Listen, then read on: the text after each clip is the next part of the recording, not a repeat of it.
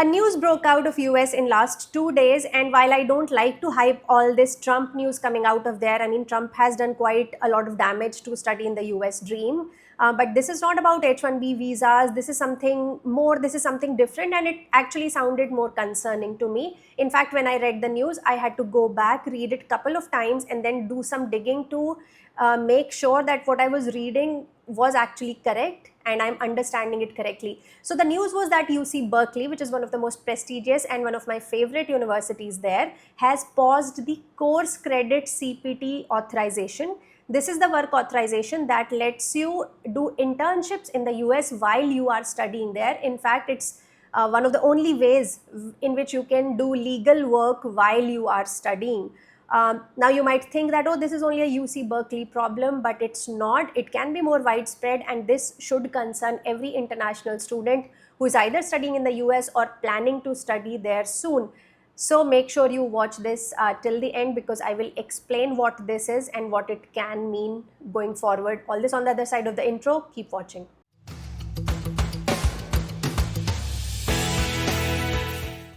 I don't want to waste time in the intro. You guys know me. This is Nishta from Scholar Strategy and 24 North Star, and do consider subscribing to the channel if you want to stay abreast of all these things that are happening in US and other countries abroad. Back to our video. First, I want to give you some context and understanding of what this is about. So firstly, you need to understand what is CPT. CPT is Curricular Practicum Training, and this is the only legal way in which you can work in the US while you are studying there. The OPT is the other authorization which lets you work in the US after you have graduated. So if I want to do an internship, I cannot do it on OPT before graduating. I would need a CPT. Now CPT can work only if there is a course credit attached to it. That is, you should be getting some sort of academic credit for that internships. So let's understand that CPT can happen in two ways. First kind of CPT is the course credit CPT. In this, students go, they find the internships, and then they ask the school to enroll them in an elective internship class, which will have some credits for getting this work experience. So you do the internship, it gets attached to this elective class, and you get 2 to 3 credits or whatever is the policy in the school. So you get some credits for it, and that's why CPT is allowed. This is the most common way, especially for STEM, CS kind of students to do these internships while they are studying, and this is the CPT that has been paused at Berkeley now. Second kind of CPT is degree requirement CPT. Here your internship is mandatory to graduate. Some professional master's programs literally will not hand you a diploma unless you complete this internship. So this is baked into your official degree requirements listed in the course catalog itself. For example, UC Berkeley has mandatory CPT for programs like Masters of Analytics, Masters of Bioengineering, Biotech, MBA, MPH, Masters of Public Policy, Masters of Design, Masters of Journalism kind of programs. Note how even Comp Science, MIMS courses do not have mandatory CPT. This CPT continues to be allowed. So yes, you always need CPT linked to academics in some way. That's literally what curricular means in the curricular practical training. There's no version of CPT that's just go get a job, no strings attached. That's the whole legal distinction between CPT, which is tied to your program, and OPT, which is not tied to a specific course. It's your general post pre-completion work authorization. Here's my journey. I interned at Citi via the course credit CPT, got a full-time job offer from them based on my internship performance, and that's how I went to work on the Wall Street. To do my internship, I needed CPT authorization from UIUC. At NYU, I interned with a fintech startup, again using CPT, which later gave me a full-time job offer too. If I had not done those internships, I wouldn't have landed my future roles.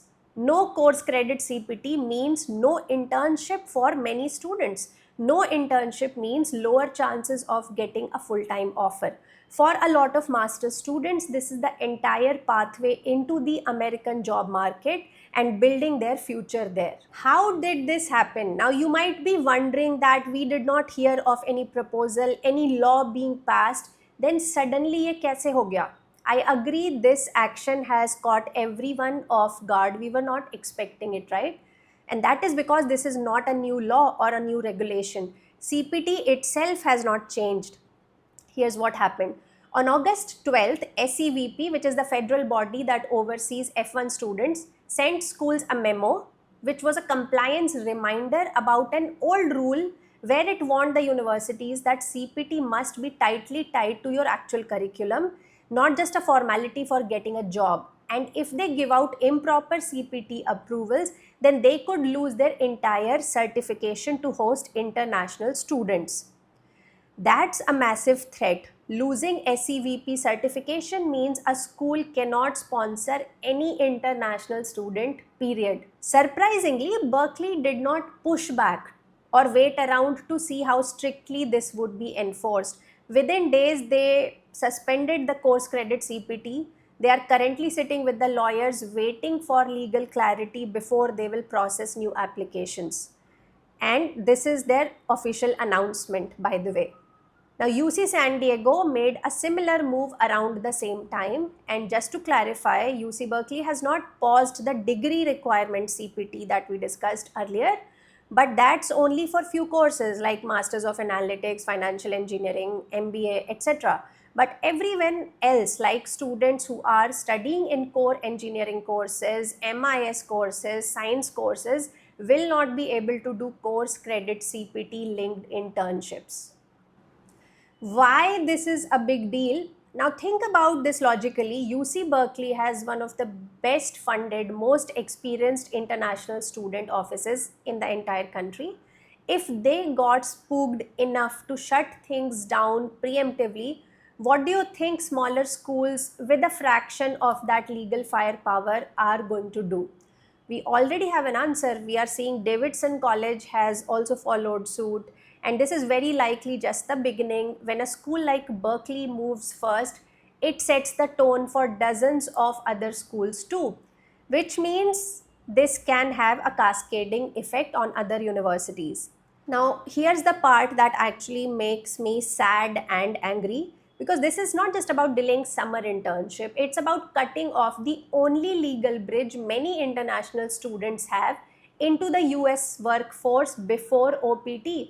And let's use a real example. Arvind Srinivas, many of us know him. He came to UC Berkeley from India as an international PhD student. He interned at DeepMind, OpenAI, and Google Brain, all under course credit CPT. That experience, that network, that runway, it's a huge part of how he went on to co-found Perplexity AI, a company which is now valued in billions. If this policy freeze had happened a decade earlier, there's a real chance that Perplexity would not even exist today. And he's not an outlier. Berkeley alone has produced more venture-backed founders than any other university, and a striking share of them are international students whose very first legal step into the American economy was with this CPT. So this policy is not just bad for international students, it's bad for US itself. The question then is, why is this happening? And we have to look at the timing. This memo has been announced right as US midterms approach, and Trump has a low approval rating overall. People are tired of his raging wars, inflation, etc. So he is using immigration once again as red meat for his MAGA political base. Punishing international students who, by the way, pour tens of billions of dollars into the US economy every single year and disproportionately drive startup formation is a political stunt that makes no sense, but then politics rarely makes sense. So here's my direct advice if you're currently studying in the US or going there soon. Don't keep on waiting for official clarity from your universities, because that may not come. Go to your international student office and ask them clearly whether you would be allowed to do a summer internship using CPT or not. Get clarity on it, documentation, etc. Secondly, as the midterms approach in US, Trump can get more aggressive, and because passing new laws takes time, he might reinterpret old laws in a way that can make international students or workers more difficult to flourish in the US. So we can see some more action coming up in coming few weeks and coming few months. So brace yourself. It could be a rocky journey for next 6 months or so. If this video was helpful, do consider liking and subscribing. It helps me with the algorithm for sure.